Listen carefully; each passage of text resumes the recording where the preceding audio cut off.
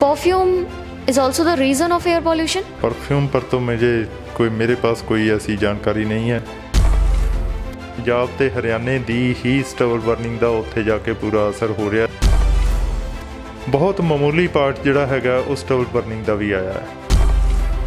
Transportation है, वहाँ की रोड डस्ट पोल्यूशंस हैं और जिस भी तरीके से जो एयर पोल्यूशंस वहाँ पर हैं वो सारी उसके लिए काउंट करती हैं। तो उस लॉक इन की वजह से वहाँ पर ज़्यादा पोल्यूशन जो है वो फील होती है, तो उसकी वजह से लोग ज़्यादा सफ़र कर रहे हैं। गवर्नमेंट के लेवल पर ये इनिशिएटिव्स पिछले सालों से काफ़ी तेज़ी से और काफ़ी अच्छी तरीके से लिए जा रहे हैं। डिस्ट्रिक्ट एडमिनिस्ट्रेशंस हैं, पुलिस डिपार्टमेंट है, रेवेन्यू डिपार्टमेंट है, ये सारे डिपार्टमेंट्स मिलकर काम करते हैं। ये सभी सोर्सेज जो एयर पोल्यूशन के हैं सभी से निकलता है ये। पर मेनली हमारी कंसंट्रेशन रहती है कि हम किसानों को अच्छी तरह से ये बता सकें कि इसके फ़ायदे कितने हैं, नुकसान कितने हैं।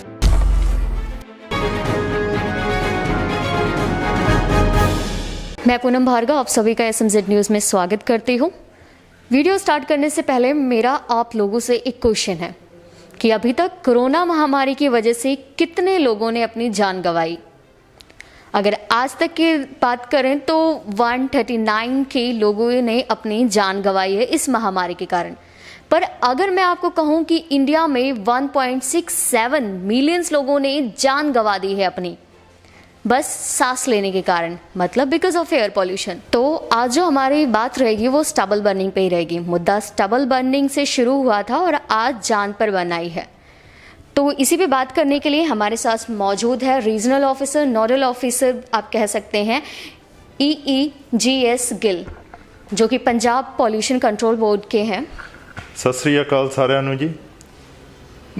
ਸਟਬਲ ਬਰਨਿੰਗ ਤੇ ਗੱਲ ਕਰਨ ਲੱਗੇ ਆ ਤਾਂ ਸਟਬਲ ਬਰਨਿੰਗ ਤੇ ਇੱਕ ਇਹਨਾਂ ਦਾ ਕੁਐਸਚਨ ਆਇਆ ਕਿ ਪੰਜਾਬ ਤੇ ਹਰਿਆਣਾ ਕਿੰਨਾ ਕੁ ਜ਼ਿੰਮੇਵਾਰ ਹੈਗਾ ਸਟਬਲ ਬਰਨਿੰਗ ਵਾਸਤੇ, ਦਿੱਲੀ ਦੀ ਪੋਲਿਊਸ਼ਨ ਵਾਸਤੇ।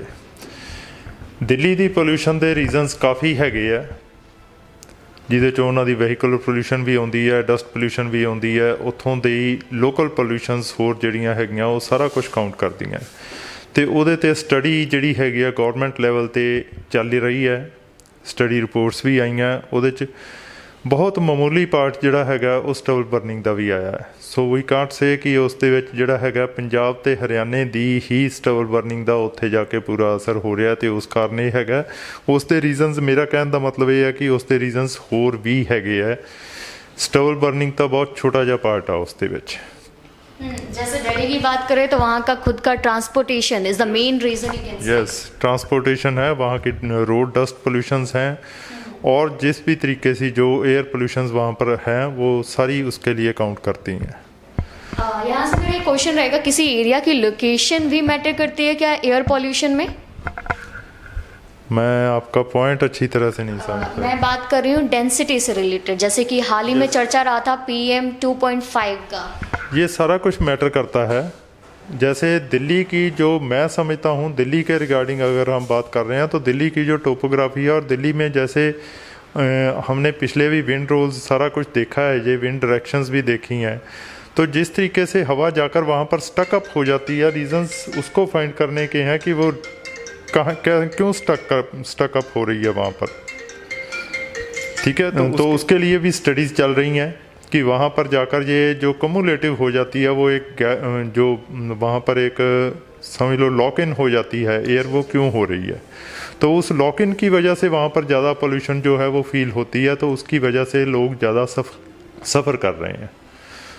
ओके सर, ये जो चर्चा में रहा था PM 2.5 एंड PM 10, ये कितना हार्मफुल है? हम ऐसा नहीं कह सकते हैं कि बस ये स्टबल बर्निंग से ही निकलता है या फिर ये इसी मौसम में रहता है या पहले भी रहता है, या हमारे घरों से भी इसका निकलना होता है, उत्सर्जन होता है।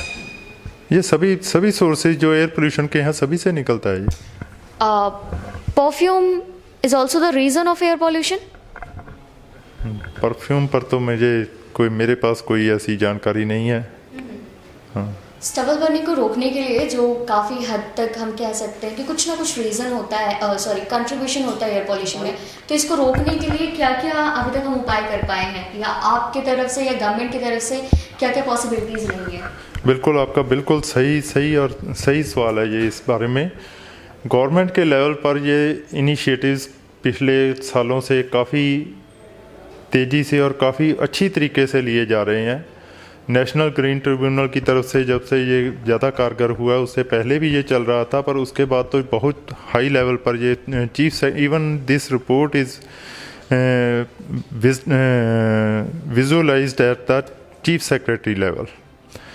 तो वो कंटिन्यूसली इसको मॉनिटर करते हैं कि कहाँ कहाँ कैसे कैसे स्टबल बर्निंग के जो इंसिडेंट्स आ रहे हैं और क्यों आ रहे हैं, और उसके लिए एग्रीकल्चर डिपार्टमेंट है, हमारा डिपार्टमेंट है, डिस्ट्रिक्ट एडमिनिस्ट्रेशंस हैं, पुलिस डिपार्टमेंट है, रेवेन्यू डिपार्टमेंट है, ये सारे डिपार्टमेंट्स मिलकर काम करते हैं।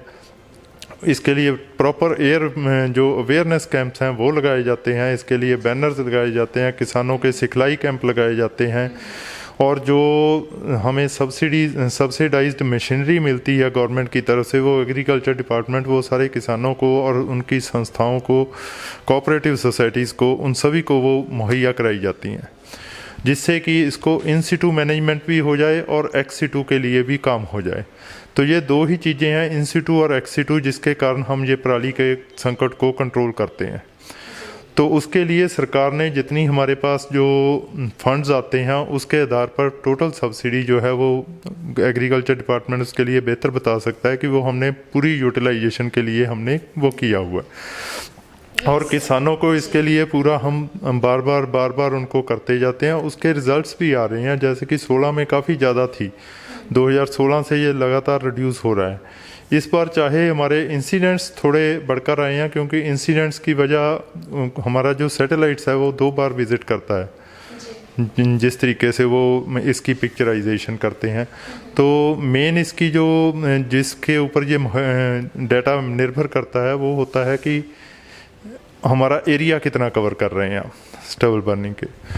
तो वो लास्ट ईयर के कंपैरिजन भी इस बार हमारा 5% कम हुआ है, और वो रीज़न्स ही हैं, गवर्नमेंट के रीज़न्स हैं, गवर्नमेंट मशीनरी के रीज़न्स हैं, और किसानों में भी अब अवेयरनेस ये आ रही है कि हमें इसको जलाने में उतना फ़ायदा नहीं है, इसको रखने में ज़्यादा फ़ायदा है। तो रखने का भी आपने एक सब्सिडी की बात की है, जो किसान स्टबल बर्निंग नहीं करते उनको रखकर गवर्नमेंट को वापस करते हैं वो मटेरियल, तो नहीं कितने पर सब्सिडाइज वो होती है, मशीनरी पर सब्सिडाइज होती हैं कि जो मशीनरी इसकी मैनेजमेंट के लिए यूज़ की जानी है उन मशीनों को सब्सिडाइज रेट पर किसानों को दिया जाता है। ओके सर, अभी तक एक हैप्पी सीडर की बात की जा रही थी, आप उसके बारे में थोड़ा एक्सप्लेन करेंगे प्लीज़? बेहतर तो होगा कि आप ये एग्रीकल्चर वालों से सवाल पूछें, पर ये हैप्पी सीडर जो है इसके हिसाब से अब तो सुपर हैप्पी सीडर भी आ गए हैं, उसके ऊपर के भी आ गए हैं इंसिडेंट। इसके ये इन सिटू मैनेजमेंट के पार्ट हैं कि जिसमें हम जो पराली प्रोड्यूस होती है उसको हम बीच में ही उसको इन सिटू कर देते हैं। और सर ये तो रहा कि रोकने का एक तरीका कि किसानों को भी हम अवेयर करते हैं, मशीनों पे हम सब्सिडीज दे रहे हैं, और इसका कोई लॉ वगैरह भी रहा था पहले? बिल्कुल, इसके ऊपर पूरे लॉ हैं, नेशनल ग्रीन ट्रिब्यूनल की तरफ से भी इस पर लॉ हैं, हमारे पंजाब गवर्नमेंट की तरफ से भी इसको बैन किया हुआ है 2013 से। तो फुली लॉ इसके लिए अवेलेबल हैं, और एनजीटी ने इसके लिए फ़ाइन्स भी हमें बताए हुए हैं, जो उस तरीके से फ़ाइन भी हम इम्पोज करते हैं, FIRs भी होती हैं, केस भी होते हैं, सब कुछ होता है। पर मेनली हमारी कंसंट्रेशन रहती है कि हम किसानों को अच्छी तरह से ये बता सकें कि इसके फ़ायदे कितने हैं, नुकसान कितने हैं। तो उसकी वजह से किसान इसको अच्छी तरह से देख भी रहे हैं और उसको धीरे धीरे अडॉप्ट भी कर रहे हैं। तो हो सकता है आने वाले टाइम में जो है हमारा पूरा मकसद ये रहा है कि आने वाले कुछ सालों में ये बिल्कुल हम इसको ठीक करने में कामयाब होंगे। सर, जो आपने सैटेलाइट की बात की थी कि मॉनिटर करते होते हैं, तो जो FIR जो केसेस होते हैं वो सैटेलाइट से रजिस्टर्ड होते हैं या नॉर्मल? ये तो नॉर्मल होते हैं। ओके, अभी तक कितने केसेस रजिस्टर हो चुके हैं अगर हम बात करें 2019-20 की? नहीं, अब मैं आपको ये बता सकता हूँ कि अभी तक हमारी ECs कितनी इम्पोज हुई हैं, FIRs कितनी हुई हैं, वो है जी। उसमें ऐसा है कि FIRs 48 रजिस्टर हुई हैं हमारी। ओके, ठीक है। और जो EC है इन्वायरमेंटल कंपनसेशन, वो हम तकरीबन 12,217 केसों में इम्पोज कर चुके हैं। ओके, जिन पर EC इम्पोज की है। और सबसे ज़्यादा FIR किस साल में हुई थी? ये प्रॉपर कंपैरिजन तो नहीं होगा अभी मेरे पास, जी। रेडली अवेलेबल नहीं है, ये डाटा मिल सकता है आपको। ओके, अगर हम बात करते हैं वैसे एक रिपोर्ट के अकॉर्डिंग तो 2019-20 में केस ज़्यादा रिपोर्ट जो केस रिपोर्ट हुए वो हुए, एफआईआर अलग है, इंसिडेंट्स ज़्यादा आए हैं, पर हमारा जो एरिया है जो कि true representative of what is happening in the stubble burning, उसमें हमारी 5% की कटौती आई है। 5% हम पिछले साल से कम इस बार एरिया में आए, जी, which is a very good sign. जी, एक्चुअली इट इज़। तो सर रीजंस की बात करें तो रीजंस क्या क्या हो सकते हैं, क्योंकि एक अवेयरनेस आ जाता है, लैक ऑफ अवेयरनेस, बाकी रीज़न्स इसमें जो किसान अपने तौर पर लेते हैं वो तो रीज़न यही लेते हैं कि हमारे पास टाइम कम होता है इसको मैनेज करने के लिए, मेन रीज़न्स तो यही लेते हैं वो। कोई केस ऐसा भी हुआ है कि लो सब्सिडी के कारण कोई केस सामने आया हो जिसमें आपने कहा कि मशीनरी पे सब्सिडी नहीं, ऐसा कोई केस नहीं सामने। ओके, एंड गवर्नमेंट की एक स्टेटमेंट रही थी, अगर ये जायज हो क्वेश्चन, तो गवर्नमेंट ने कहा था कि आप फार्मर्स आर नॉट हैप्पी तो उन्हें स्टबल बर्निंग करनी होगी। बेशक ये पॉल्यूशन बोर्ड से इस चीज को बैन कर दिया गया था। नहीं, मैं इस स्टेटमेंट के बारे में कुछ नहीं जानता। Okay sir, normally a person और अ मैन क्या कर सकता है पॉल्यूशन को काफी हद तक कम करने के लिए अपने अपने लेवल पे?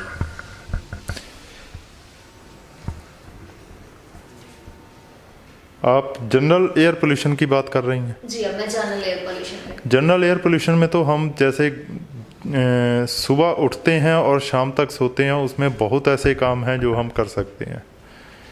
ठीक है, हमारी रोड्स पर डस्ट पोल्यूशन है, वो उसके लिए जो हमारी सरकारी मशीनरी है वो डस्ट पोल्यूशन के लिए जो काम कर सकती है। व्हीकल पोल्यूशन है, हम अपने व्हीकल्स को प्रॉपर तरीके से उनकी सर्विसिंग वगैरह कराएं तो उसकी व्हीकुलर पोल्यूशन कम होती है। ठीक है, बाकी जो इंडस्ट्रीज़ लेवल पर है तो उनके प्रॉपर APCDs, जिसके लिए कि हमारा बोर्ड बहुत अच्छी तरीके से काम कर रहा है, प्रॉपर APCDs लग जाएं तो उन वहाँ पर भी जो है एयर पोल्यूशन कम हो जाती है। जितने भी एयर पोल्यूशन के रीज़न्स हैं उनको जैसे जैसे हम मिनिमाइज़ करते जाएंगे तो ये एयर पोल्यूशन कम होती जाती है। सर, रीजन जानने से पहले हमें कंपोनेंट्स क्लियर करने होंगे। कैसे कंपोनेंट्स? एयर पोल्यूशन के कंपोनेंट्स। एयर पोल्यूशन के कंपोनेंट्स में तो यही आ जाते हैं, हमारी road dust pollution major part है इसमें, जहाँ कंस्ट्रक्शन पार्ट आ जाता है, इंडस्ट्रियल पोल्यूशन आ जाती है, व्हीकुलर पोल्यूशन आ जाती है, स्टबल बर्निंग आ जाती है, ये सारे रीजंस ही हैं। इन सभी पर ही काम करने की जरूरत है। मतलब हम कह सकते हैं कि गवर्नमेंट ही नहीं, एक कॉमन मैन बिल्कुल, एक कॉमन मैन, बिल्कुल कॉमन मैन, अगर इसको गवर्नमेंट इसके लिए जिम्मेवार नहीं होती, गवर्नमेंट तो इसको कंट्रोल करती है। ठीक है ना, तो मेनली जो अगर हमारे जो कॉमन मैन है अगर वो ही इतना सेंसिटाइज हो जाए कि उसको अगर ये ध्यान है, जैसे कि हम स्टबल बर्निंग में भी बात करते हैं कि अगर फार्मर्स इस तरीके से सेंसिटाइज हो जाएं कि भाई जो मैं कर रहा हूँ, अगर ये हमारी खुद की जनरेशन और उसके आगे आने वाली जनरेशन के लिए भी बहुत ही बुरी चीज़ है, तो मेरा ख्याल है कि वो धीरे धीरे, और वो इस चीज़ को समझ भी रहे हैं, अच्छे तरीके से समझ रहे हैं, और आने वाले दिनों में इसके बड़े अच्छे रिजल्ट्स आपके पास आने वाले हैं। ट्रांसपोर्टेशन की बात करें तो एक मेजर रोल प्ले करता है एयर पोल्यूशन में, तो according to me don't you think कि पर्सनल ईगो और जो शो ऑफ होता है is also the reason of transportation pollution? नहीं, मैं इस पर कोई ज़्यादा अच्छी तरीके से नहीं आपको कह सकूँगा। पर्सनली को पता नहीं आप किस तरीके से ले रहे हैं, मुझे तो इतना पता है कि अगर व्हीकल्स की अच्छी तरीके से सर्विसिंग ना हो तो वो पोल्यूशन ज़्यादा करेगा। जी, जैसे दिल्ली में इवन एंड ऑल एक चलाया गया था कैंपेन, तो वो कहीं ना कहीं मेरे क्वेश्चन को रिलेट कर पाएगा। बिल्कुल, लाइक मेरे घर में अगर 5 लोग हैं, हमारे पास 5 व्हीकल हैं, अगर हम उसको ऑड या इवन की तरह यूज करें, वो तो आपका जो मेन क्वेश्चन वो जा रहा है कि हमारे सादा जीवन की तरफ। जी, अगर हम जैसे पहले था, हमारा जीवन बड़ा सादा जीवन होता था, तो वो तब पोल्यूशन भी कम होती थी। और ये कोविड के दिनों में भी हमने देखा है कि जब बिल्कुल बंद हो गया था सभी तरह से, तो हमारी पोल्यूशन बिल्कुल उस लेवल पर आ गई थी जैसे कि हम बाहर के देशों में देखते हैं। AQI हमारा 30-40 तक भी पहुंच गया था, जो हमने कभी नहीं देखा था अपनी ज़िंदगी में। तो ये सारे रीजंस ही हैं कि उस समय हमारी एयर पोल्यूशन के जो रिसोर्सेज थे वो रिसोर्सेज उस तरीके से काम नहीं कर रहे थे, तो एयर पोल्यूशन बिल्कुल निचले लेवल पर आ गई थी। आपने बात की एयर क्वालिटी इंडेक्स की, तो सर इसको मेजर करने के लिए आपका हर एक लुधियाना की बात करें तो हर एक एरिया में आपके स्टेशन होते हैं या स्पेसिफिक होता है, जैसे कि पीएयू में है? ये स्पेसिफिक होते हैं, ये हम हर एक एरिया में तो अभी नहीं लगा सके, पर हम हाँ इनको इंट्रोड्यूस कर रहे हैं। अभी हम और भी इसको बढ़ा रहे हैं। जो कंटिन्यूस मॉनिटरिंग स्टेशन हैं हमारे, अभी हमारा पीएयू में चल रहा है, तो वो क्योंकि हम पीएयू का जो एनवायरनमेंट होगा, जो वहाँ का एयर क्वालिटी इंडेक्स होगा, भारत नगर चौक के एयर क्वालिटी से मेजर नहीं कर पाएंगे उस इसमें ना ये साइंटिफिक स्टडी के आधार पर ही वहाँ पर लगाया जाता है कि इसको कहाँ पर लगाना है जी।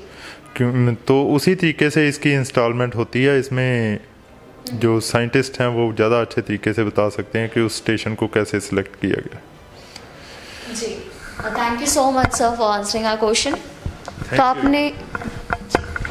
तो आपने सुना क्या है, क्यों है, कैसे है।